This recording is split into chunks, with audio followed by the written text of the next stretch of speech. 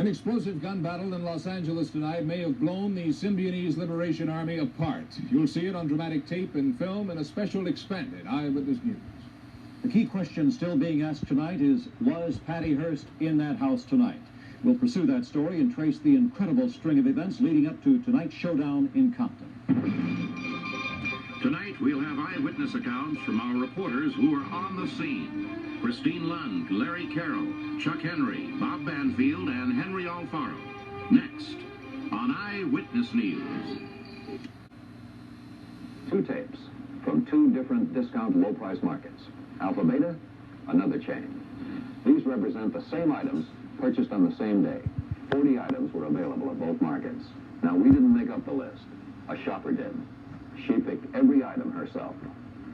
The items circled on this tape show where the other market was cheaper. 11 items. Alpha Beta was cheaper on 20 items. You'll like the total better at Alpha Beta. All new and stars, 11:30 tomorrow night. This is Channel 7's Eyewitness News with Judd Hambrick, John Schubeck, and the Eyewitness News team. Good evening, I'm Judd Hambrick. Here's what's happening at 11 o'clock. The gunfire has stopped and the flames are out, but a big question mark still hangs over south central Los Angeles at this very moment.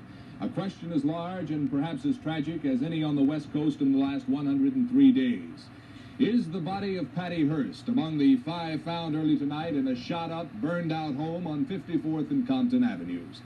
A home that went up in unchecked flames as the climax of a shootout in which Los Angeles police fired more ammunition than they ever had fired before in a single law enforcement assault. Just who are the 5 persons killed? That still is not known. If any of them have been identified, it's not been officially disclosed. At Hillsborough, California, the Randolph Hearst family has apparently given in to the inevitable fear. A family spokesman said tonight that the feeling inside the Hearst home is that it's all over for Patty. Yet despite that atmosphere, the family spokesman added that the Hearsts still are clinging to some hope that their daughter was somewhere else, not in a stucco house at Compton and 54th Avenue here in Los Angeles. John, you have more. Judd, we certainly do. We still have nothing official at this hour to say with certainty that the 5 persons who died in that shootout were actually members of the Symbionese Liberation Army. Dr. Thomas Noguchi is even now trying to identify the bodies, some of which were burned beyond recognition. But all night long there has been rumor and speculation about the names of the victims in that house.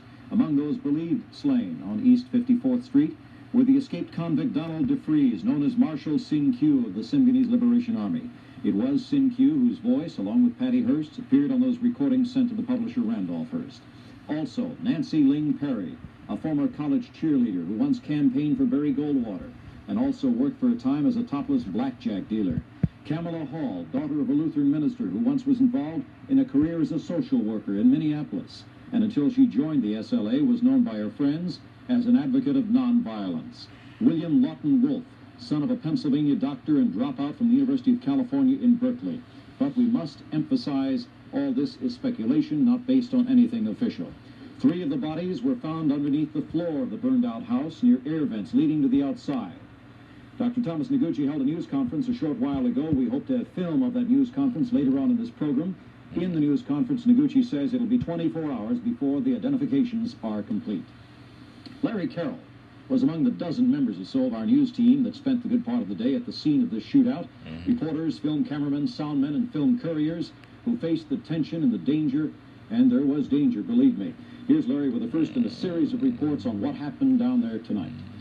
Here's the way it started, John. Late this afternoon, Los Angeles news media were notified by police that the police might have a raid somewhere in South Los Angeles and that a command post was being set up.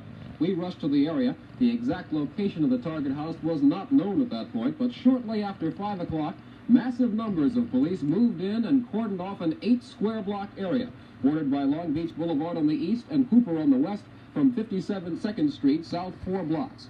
I was standing about 100 yards away when police found their target, a yellow 1-story house on 54th near Compton. A live CBS camera crew was on the scene, and this is what it looked like.